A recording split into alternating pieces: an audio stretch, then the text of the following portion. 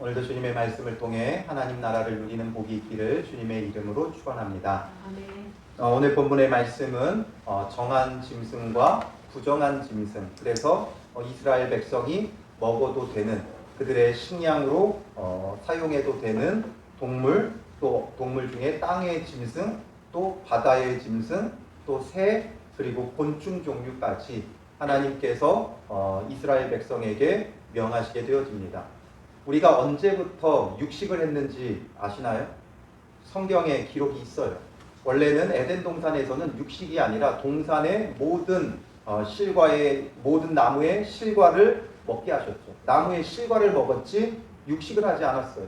육식이 시작되어진 건 노아 홍수 이후에 하나님께서 이제 이 땅의 짐승도 사람의 식량으로 주셨어요. 이제 완전히 이 세상이 달라졌고, 그러므로 이 가운데 하나님께서 노아와 그의 가족들을 아담에게 주셨던 첫 축복과 같이 생육하고 번성하라고 축복하셨고, 그 다음에 주신 거예요. 창세기 9장에 보면 9장 1절에 하나님이 노아와 그 아들들에게 복을 주시며 그들에게 이르시되 생육하고 번성하여 땅에 충만하라. 땅의 모든 짐승과 공중의 모든 새와 땅에 기는 모든 것과 바다의 모든 물고기가 너희를 두려워하며 너희를 무서워하리니 이것들은 너희 손에 붙였음이니라. 여기까지는 에덴 동산의 아담에게 주셨던 말씀과 똑같아요. 그런데 이제 9장 3절에 가면 모든 산 동물은 너희의 먹을 것이 될지라. 채소같이 내가 이것을 다 너희에게 주노라. 이렇게 말씀하세요. 채소같이. 그러니까 이전에는 채소만 하나님께서 주셨어요. 그러니까 노아 홍수 이전에 태어났으면 우리 어떡할 뻔했어요? 그 맛있는 고기를 못 먹을 뻔했어요. 그런데 이제 그 이후에 하나님께서 육식을 허락하고 이제 육식을 사람들이 하기 시작을 하죠. 그리고 나서 이스라엘 백성도 원초적으로 따져보면 올라가다 보면 이제 노아의 후손들이죠. 그래서 육식을 하며 살아왔어요. 그런데 이제 시내산에서 언약을 맺고 그 이후에 이제 하나님께서 그들에게 그동안은 모든 산 짐승이 그들의 먹이가 되어졌었는데, 먹을 것이 되어졌었는데, 이제는 그 가운데 하나님이 구분을 하신다라는 거죠. 정한 짐승과 부정한 짐승으로 구분을 해서 크게 정한 짐승은 먹을 수 있지만 부정한 짐승은 먹지 말아라라는 거예요. 그래서 오늘 본문에 보면 크게 카테고리를 나누면 4가지가 되죠. 그래서 2절부터 8절은 육지 짐승에 대해서, 그리고 9절부터 12절은 물에 있는 모든 것, 그러니까 수중 생물이죠.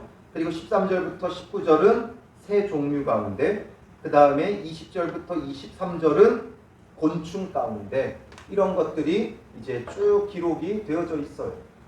그런데 이런 기준을 따라서 하나님께서 왜 이런 것을 명령하셨는가, 그리고 오늘 우리는 이것을 어떻게 하여야 하는가, 이게 굉장히 중요하죠.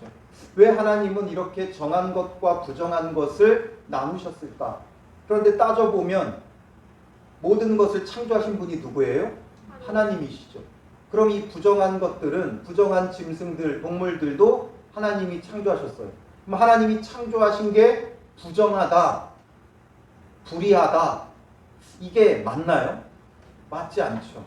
짐승들 가운데 부정하고 불의함이 있을 수가 없어요. 하나님께서 모든 것을 창조하신 다음에 뭐라고 말씀하셨어요? 보시기에 심히 좋았더라 말씀하셨죠. 사람은 부정할 수 있어요. 악할 수 있어요. 왜냐하면 하나님께서 유일하게 사람에게는 자유의지를 주셨어요. 우리에게 이성을 주셨어요. 그렇기 때문에 우리가 그걸 가지고 하나님의 뜻을 벗어나서 우리의 뜻과 욕심과 정욕을 위해 살아가며 불의하고 부정할 수 있어요. 그런데 동물들이 부정하고 불의함이 어디 있습니까? 동물들에게 부정함과 불의함이 어디 있어요? 그런데 하나님께서 이것을 나누시는 이유는 무엇인가 라는 거죠. 왜 이거는 부정하다 말씀하셨는가? 먼저 일단은 우리가 본문의 내용을 이해할 필요가 있어요. 그리고 이것에 대해서 다양한 해석이 있어요. 그러나 이 다양한 해석은 전부 다 뭐예요? 추측성 해석이에요. 하나님께서 이래서 얘네들은 부정하다, 이래서 이렇지 않으면 부정하다, 하나님께서 설명하신 바가 없어요. 그렇기 때문에 여러 가지 것으로 그 동물들, 그 짐승들, 이런 어떤 특징들을 사람들이 미루어서 짐작하며 해석을 했을 뿐이지 정확한 해석이 없어요. 이런 내용들을 먼저 대체적으로 해석하는 부분들을 먼저 여러분들에게 설명해 드리고, 그리고 이것이 오늘 우리에게는 그럼 어떤 의미가 있는가, 하나님께서 왜 부정한 것과 정한 것으로 나누셨는가, 이것을 우리가 조금 이해해보고, 그리고 우리 자신에게 어떤 의미가 있고 어떻게 적용해야 하는가, 이것을 우리가 한번 생각해 보면 좋을 것 같습니다. 그래서 먼저 육지의 모든 짐승들 가운데서는 먹을 만한 생물은 이러하니 하면서 뭐만 먹으라고 되어 있어요? 두 가지의 조건을 충족해야 돼요. 두 가지의 조건이 뭐예요? 하나는 굽이 갈라져 쪽발이 되어 있고, 그리고 두 번째는 새김질을 해야 돼요. 이 두 가지가 전부 다 충족이 되어야 돼요. 만약에 굽은 갈라져 있으나 새김질을 하지 않으면 안 돼요. 그리고 새김질을 하지만 굽이 갈라져 있지 않으면 또 안 돼요. 이 두 가지가 전부 다 되어줘야 되는 거죠. 그런 것만 먹을 수 있다. 그러면서 먹지 못할 것은 이러하니, 첫 번째는 뭐예요? 그러니까 예를 들어 네 가지를 말하는데 낙타, 사반, 토끼, 돼지, 이렇게 네 가지를 대표적으로 말해요. 이 네 가지만이 아니라 이 네 가지가 대표적이고 그 외에도 여러 짐승 가운데 이런 게 있으면 먹지 말라, 이거죠. 낙타는 새김질은 해요. 그런데 굽이 갈라지지 아니하였다라는 거죠. 그리고 사반은 우리에게는 잘 모르는 짐승이죠. 이 팔레스타인 지역에 있는 바위 너구리예요. 그러니까 우리의 너구리와 다르게 바위에 사는 너구리인데, 얘는 어떻게 보면 약간 토끼 비슷하게도 생겼고 비버 비슷하게도 생겼어요. 근데 초식 동물이에요. 그래서 그 사막의 돌틈에 숨어 사는 짐승 중에 하나예요. 어떻게 보면 대형 쥐 있죠. 쥐같이 좀 생겼어요. 그런 거고, 그 다음에 토끼도 새김질은 하지만 굽이 갈라져 있지 않기에 부정하고 먹지 말라는 거죠. 그리고 돼지도 돼지는 반대로 굽은 갈라져 쪽발이지만 새김질을 못하기 때문에 부정하니까 먹지 말아라 라는 거예요. 너희는 이러한 고기를 먹지 말고 그 주검도 만지지 말라. 이것들은 너희에게 부정하니라. 우리 한국 사람들에게는 뭐 그렇게 크게 문제될 건 없는데 이 돼지가 걸리죠. 우리 한국 사람들이 좋아하는 고기의 1위는 삼겹살이에요. 그러니까 만약에 이 율법을 적용한다면 우리가 그렇게 좋아하는 삼겹살, 바베큐 이런 거 전부 다 먹을 수가 없다는 거죠. 이런 것들을 먹지 말라고 하신 이유가 무엇인가 정확히 알 수는 없어요. 그러나 대체적으로 크게 본다면 세 가지를 이야기를 해요. 첫째는 위생적인 목적을 위해. 그래서 어떤 위생적으로 사람이 먹었을 때 건강에 해로운 것, 그런 짐승들, 그러니까 뭔가 병균을 옮긴다거나 아니면 쉽게 상한다거나 이런 고기들은 하나님께서 오히려 먹지 못하고 그들의 위생을 위해서 이렇게 하셨다라는 추측이죠. 그런 추측도 있고, 그 다음에 또 한 가지는 정치적인 목적, 우리의 그런 정치적인 개념이 아니라 이방인과의 구별을 위해 이런 것들을 먹지 못하게 하셨다는 거예요. 그리고 종교적인 목적으로, 그래서 정함과 부정, 이것이 당시에 이 짐승들이 덕과 악의 상징적인 짐승들이었기에 그래서 하나님께서 종교적인 목적으로 정함과 부정함을 가르쳐주며 먹어도 되는 것과 먹으면 안 되는 것, 이런 것으로 나누어 주셨다, 이렇게도 표현을 합니다. 그리고 그런 가운데 이제 굽이 갈라졌다라는 것, 굽이 갈라져 쪽발이 됐다는 건 하나님의 자녀들이 세상과는 그러니까 갈라져야 된다는 거예요. 세상과 구분되어지고 갈라져야지 하나가 되면 안 된다. 그러니까 갈라지고 굽이 갈라지고 쪽발이 되어야 쪽발이 된다라는 건 세상과 하나님의 백성이 완전히 갈라지고 구분되어야 한다는 것을 알려주기 위한 것이다 라는 거죠. 그런 것으로 적용을 해요. 그리고 또 이 굽이 갈라져 있으면 미끄러지지 않기 때문에 견고하게 설 수 있다. 그러니 성도들은 견고하게 서야 된다. 그러니까 이런 식의 교훈으로 가르치기도 해요. 그 다음에 새김질을 한다는 것, 되새김질을 하는 것처럼 우리가 날마다 말씀을 읽고 그 뜻을 되새기며 묵상해야 되기 때문에 이 새김질하는 짐승만 하나님께서 정하다고 말씀하셨다라는 거죠. 그러니 우리도 늘 이 짐승들이 정한 짐승들이 되새김질하듯이 주님의 말씀을 되새김질해야 된다라는 거죠. 이게 정말 맞는 것일까? 주석들에는 이렇게 적용해서 교훈을 주어야 한다 이야기를 하는데 저는 이런 부분들에 대해서 그냥 내가 유익한 정도로만 받아들이면 돼요. 하나님께서 이렇게 말씀하시지 않았잖아요. 쪽발이 갈라진 것 같이 너희는 세상과 갈라져라, 구분되라, 구별되라 그런 의미로 너희에게 주었다 말씀하시지 않았기 때문에 어디까지나 추측이에요. 그러니까 이런 부분들은 그냥 어느 정도 유익한 정도로 우리가 생각하고 받아들이면 되는 거예요. 말씀을 되새김질하고 묵상해야 된다는 건 나쁜 말 아니잖아요. 그러니까 이게 꼭 맞다, 그게 틀리다 이런 개념을 우리가 벗어나서 그냥 유익하게 받아들이면 돼요. 그 다음에 이제 물에 있는 모든 것 9절부터 12절에 말하죠. 그러니까 수중 생물들이에요. 이 수중 생물들 가운데 먹을 수 있는 건 어떤 거예요? 지느러미와 비늘 있는 것은 너희가 먹되 되어 있죠. 그러나 지느러미와 비늘 없는 모든 것은 너희에게 가증한 것이라. 이들은 너희에게 가증한 것이니 너희는 그 고기를 먹지 말고 그 주검을 가증히 여기라. 수중 생물의 지느러미와 비늘 없는 것은 너희가 혐오할 것이니라. 지느러미와 비늘이 없는 수중 생물들이 어떤 게 있어요? 대표적으로는 뱀장어 이런 거, 뱀장어, 가물치, 또 미꾸라지, 갑각류 같은 거, 그리고 오징어, 문어 이런 것들이죠. 이런 것들은 먹지 말라는 거예요. 근데 잘 생각해 보면 이런 뱀장어, 가물치, 미꾸라지 주로 다 어디에 살아요? 진흙탕 속에 살죠.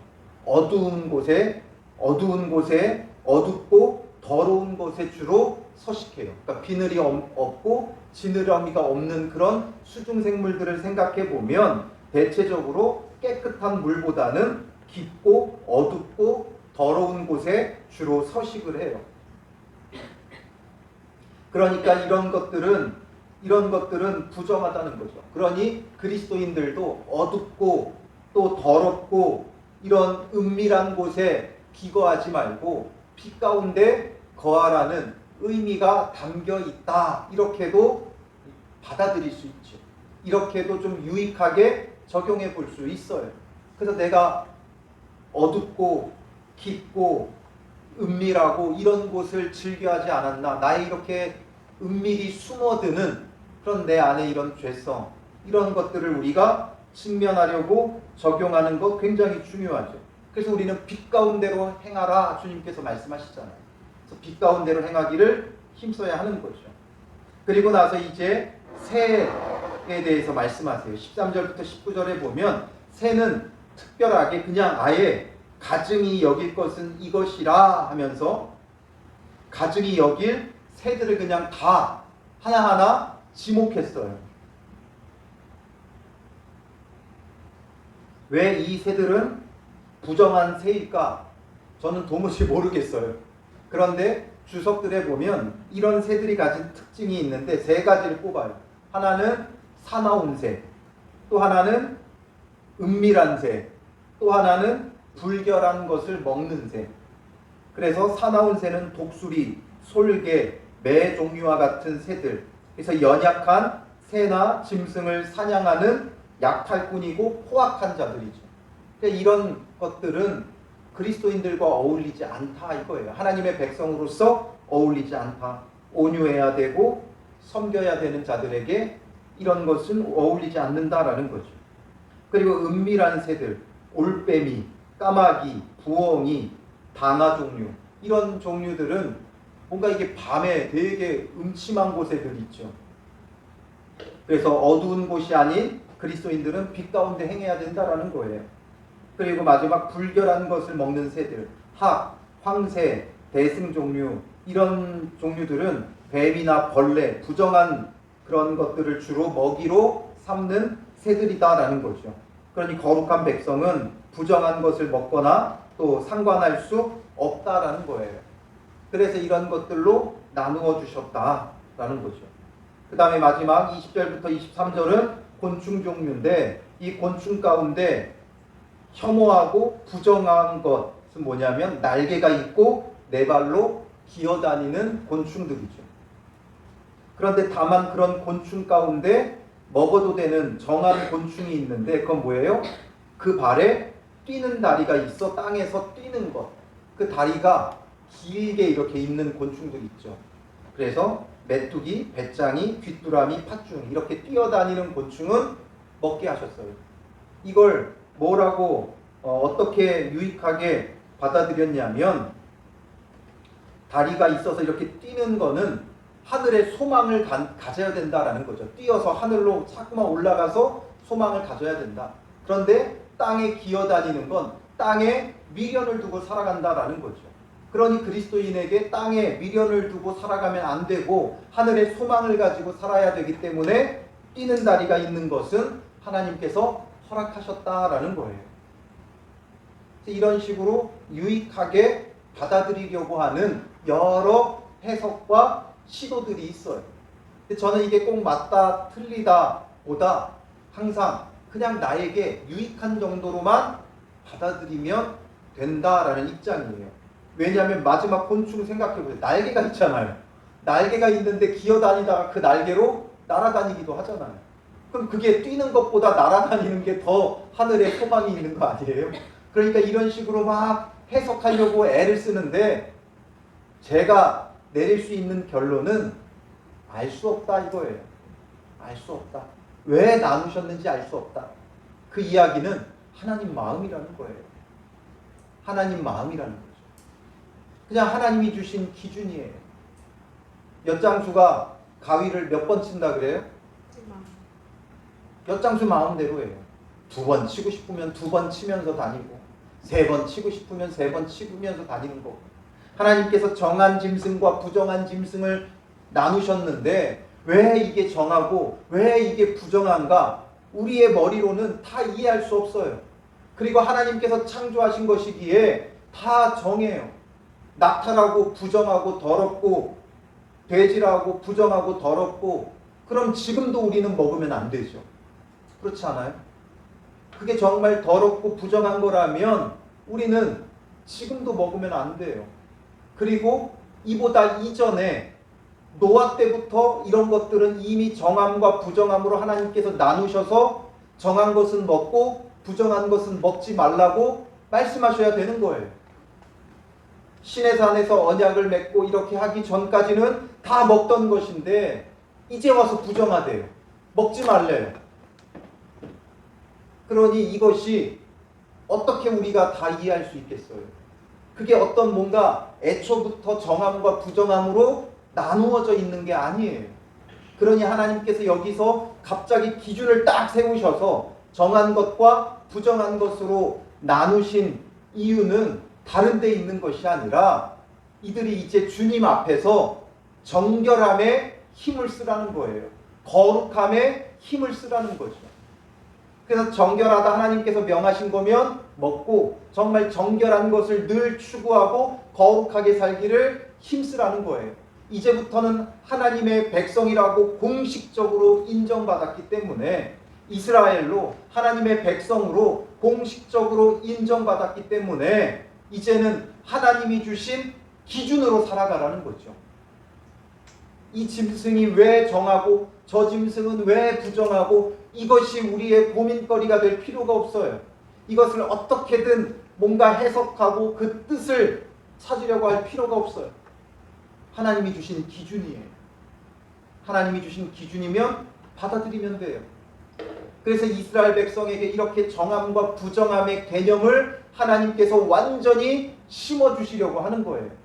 사람이 매일 하는 게 뭐예요? 먹는 건 매일 하잖아요. 매일 먹으면서 하나님 앞에서 정한 것을 먹고 부정한 것을 멀리하려고 하는 이런 것들이 그들의 삶에 굉장히 중요한 시점이 되어지는 거죠. 먹는 것에서부터 하나님 안에서 정한 것을, 정결한 것을 추구하며 살아가면 다른 것은 또 어떡하겠어요? 날마다 먹는 그 식사를 정한 것과 부정한 것을 구별할 수 있는 사람이라면 그 일상의 모든 것들이 다 주님 안에서 정결하게 살아갈 수 있는 거예요. 그런 말이 있더라고요. 사람은 자기가 먹은 것이다, 이런 말을 하더라고요. 자기가 먹은 것에 의해 우리의 몸이 형성되는 거잖아요. 먹은 것을 통해 공급받은 여러 가지 영양분들에 의해 지금의 내가 존재하는 거예요. 물론 우리의 정신적인 거나 영적인 것은 육체적으로 먹은 것이 조금도 영향을 미치지 못하지만 우리의 육체는 우리가 먹은 것의 결과물이에요. 여러분들이 일평생 동안 먹어온 것들의 결과물이 지금 여러분들의 육체예요. 그렇잖아요. 내가 먹은 것을 통해 지금의 내가 존재하는 거예요. 이런 것처럼 먹는 것이 나를 형성해 가는 것처럼 먹는 것에서부터가 정함과 부정함을 나누어 하나님 안에서 정결함을 늘 추구하게 만드는 거죠. 그러니 지금도 정통 유대인들은 어떠하다 그랬어요? 이런 음식의 규례를 따진다고요. 제가 이런 걸 말할 때마다 단골로 말씀드리는 이야기가 하나 있죠. 제가 이스라엘 갔을 때 저에겐 너무나 그게 이스라엘 가서 겪었던 일들 가운데 가장 기억에 남는 일이에요. 너무나 기억에 남아요. 우리 한국 사람들이 가서 이제 식당에서 먹을 것을 꺼내놓고 고추장, 멸치볶음 막 이런 거를 꺼내서 먹으려고 하니까 주방장이랑 그 지배인이 와가지고 다 살펴보면서 이게 뭐냐고 다 물어보고 그래가지고 결국에는 멸치는 허락을 안 해주더라고요. 이게 멸치도 물론 비늘이 있죠. 그런데 너무나 작으니까 비늘이 없잖아요. 그 상태는. 그러니까 못 먹게 하더라고요. 멸치는 안 된다는 거예요. 집어넣으래요. 자기네 식당에서 먹을 수도 없게 해요.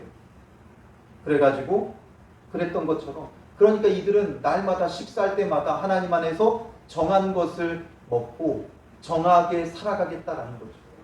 하나님은 늘 정한 것을 먹고 정하게 살아가라. 거룩하고 정결한 것을 먹고 정결하게 살아가라. 그게 바로 하나님께서 이것을 통해 우리에게 요구하신 바예요. 먹는 것에서부터 구분됨이 있어야 돼요. 그런데 먹는 것에부터 구분됨이 없으면 어떻게 되겠어요? 먹기를 탐하는 자가 되겠죠. 먹기를 탐하다 보면 우리가 단순히 음식으로 먹는 것도 있지만 먹기를 탐하다 보면 점점 그 욕심과 정욕에 이끌리게 되어졌어요. 그러니 정욕과 육신, 먹기를 탐하다 보면 점점 사람이 어떻게 돼요? 본능적이 되는 거예요. 본능을 따르는 자가 되는 거예요. 말씀을 따르는 자가 아니라 그냥 육체적인 만족, 즐거움 이런 것을 쫓는 자가 되는 거죠.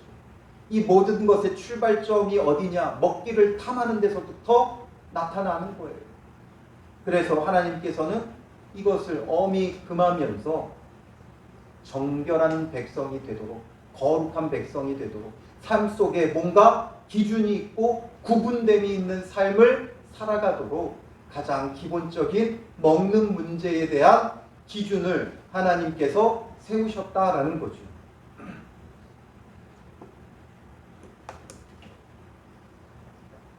그래서 하나하나 이게 무슨 뜻이냐, 어떤 의미가 있느냐, 물론 그런 의미도 있을 수 있고 그렇게 유익하게 받아들일 수도 있어요.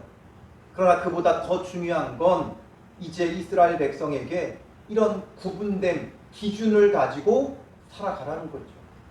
기준 없이 살아가지 말고 정말 기준을 가지고 정결한 것 먹고 정결한 것을 행하고 정결한 것을 누리며 하나님의 백성으로 살아가라는 거예요. 우리는 그리스도인으로서 우리의 삶에 기준이 필요해요. 그 기준이 뭐예요? 그게 바로 세계관이에요. 기독교적 세계관을 가지고 살아가야 돼요.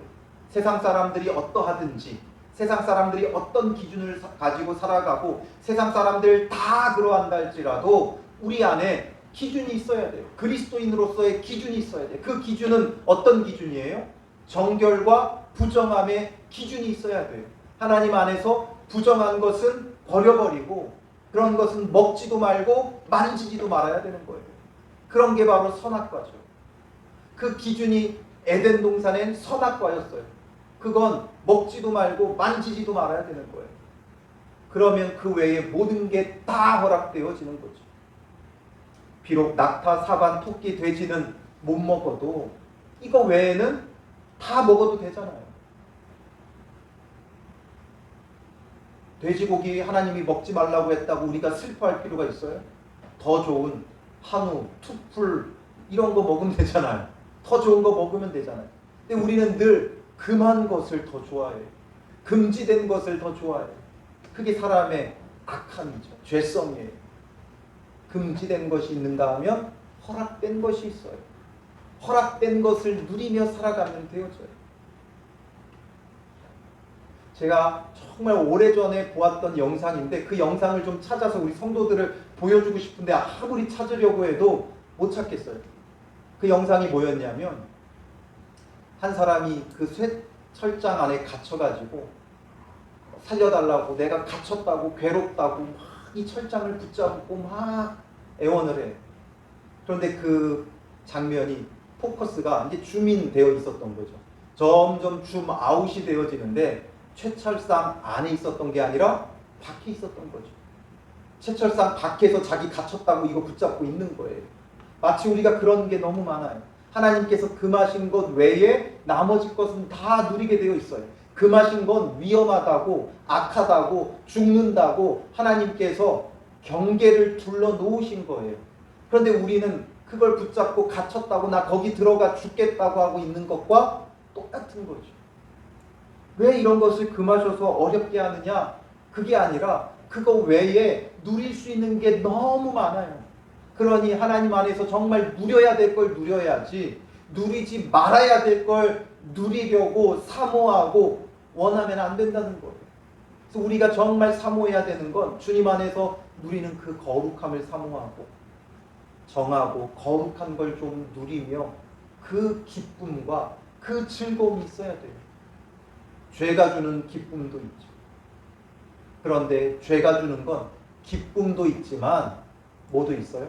그 기쁨은 찰나고 그 기쁨이 지나고 나면 뭐예요? 공허함과 허무함과 후회가 밀려오죠. 그러니까 왜 그랬을까? 후회만 돌아와요. 부끄러움과 창피만 남아요. 우리의 육신의 정욕을 따라 누렸던 쾌락들은 다 그런 거예요.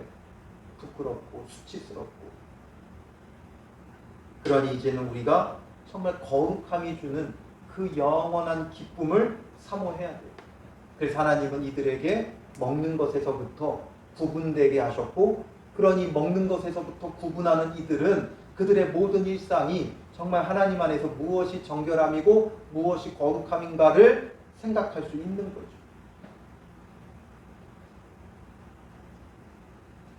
그래서 저는 하나님께서 이런 규례를 주셨다고 생각을 해요. 여러 가지 의미도 있겠지만 그보다 근본적으로는 기준을 가지고 살아가라는 거예요. 삶 속에 하나님이 주신 기준을 가지고 정결한 것을 사모해라. 그리고 제가 목회를 마칠 때쯤 되면 이 의미를 분명히 알 것 같아요. 그러니 나중에 제가 더 분명한 의미를 전달해 드리도록 열심히 더 공부하고 연구를 하겠습니다. 그러나 이 가운데 담겨있는 하나님의 중심, 그 마음은, 메시지는 구분되게 살아가라는 거예요. 세상 사람들과 똑같이 먹고 누리고 살아가려 하지 말고 구분되게 살아가라. 거룩함을 추구하며 거룩한 것을 누리며 거룩하게 구별되게 살아가라 우리에게 주시는 메시지인 것이죠. 그러므로 무엇을 하든지 먹든지 마시든지 무엇을 하든지 다 주의 영광을 위해 주님의 주시는 그 거룩함의 영역 안에서 거룩함을 누리며 살아가면 되는 거예요. 세상이 주는 즐거움이 아니라 그리스도 예수 안에서 누리는 그 거룩함이 있어야 되는 거죠. 그리고 이제 예수 그리스도가 이 땅에 오시고 그 이후에 하나님은 이제 내가 선하다 한 것을 내가 부정하다 하지 말라 하나님께서 베드로에게 말씀하시죠. 환상을 통해 보여주셔요. 그래서 이제는 모든 것이 선하게 되어졌죠. 우리가 얼마든지 이제는 다 먹을 수 있어요. 그러나 중요한 건 이제는 예수 그리스도가 기준이에요. 예수 그리스도가 있으면 거룩하고 정결한 것이고 예수 그리스도가 없으면 부정하고 더러운 거예요. 이제는 이런 기준이 없어도 예수 그리스도의 기준이 있어요. 그래서 우리는 이제 이 예수 그리스도의 기준을 가지고 그리스도의 말씀 안에서 우리가 얼마든지 정결하고 거룩함을 누릴 수 있는 거예요. 그 이전에는 이게 없었기 때문에 이런 것을 통해서라도 그들은 기준을 삼아 살아가야 했어요. 우리는 이제 얼마나 큰 은혜예요. 예수 그리스도의 기준을 가지고 살아가면 돼요.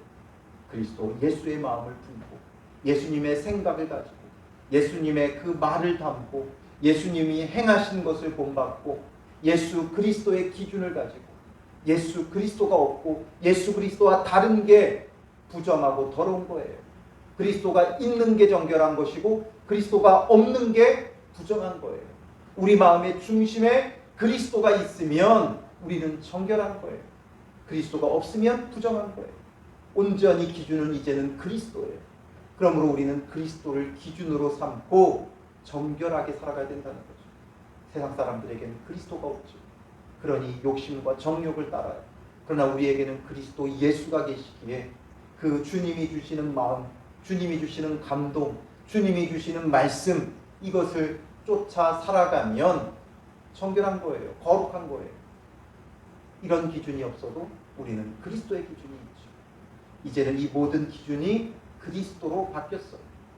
오늘 우리는 이제 그리스도의 기준을 가지고 정말 정결하고 거룩하게 살아가는 믿음의 사람들 되시기를 주님의 이름으로 축원합니다. 우리 시간 정결한 마음 주시옵소서 찬양으로 고백하고요. 우리가 무엇보다도 회개해야 될 것은 구별 없이 구분 없이 살아왔던 우리의 그 모습들을 먼저 참회하고 회개하면서 주님, 우리가 바른 기준이 없어 세상 사람들과 똑같이 휩쓸려 갔던 우리의 모습 용서하옵소서. 똑같이 돈을 쫓고 육체적 즐거움을 쫓고 자기의 명예를 쫓고 자존심을 쫓았던 우리의 모습을 주님 용서하여 주시고 이제는 예수 그리스도가 우리 안에 중심이 되고 기준이 되어 예수 그리스도께서 주시는 마음, 예수 그리스도께서 주시는 말씀, 예수 그리스도께서 주시는 비전, 사명, 목적 이런 것들을 붙잡고 살아가는 정결한 믿음의 사람들 되게 하여 주시옵소서. 철저히 거룩한 주님의 백성으로 정결한 백성으로 세워 주시옵소서. 그래서 우리를 통해 이런 주님의 기준이 정말 이 세상의 기준이 되어지도록 복음이 전해지고 증거되어지고 그러므로 우리의 가정에 바른 기준을 세우는 자, 교회에 바른 기준을 세우는 자, 학교와 일터에 바른 기준을 세우는 믿음의 사람들 되게 하여 주시옵소서. 우리 이렇게 기도하고요. 각자 기도 제목을 놓고 기도하도록 하겠습니다.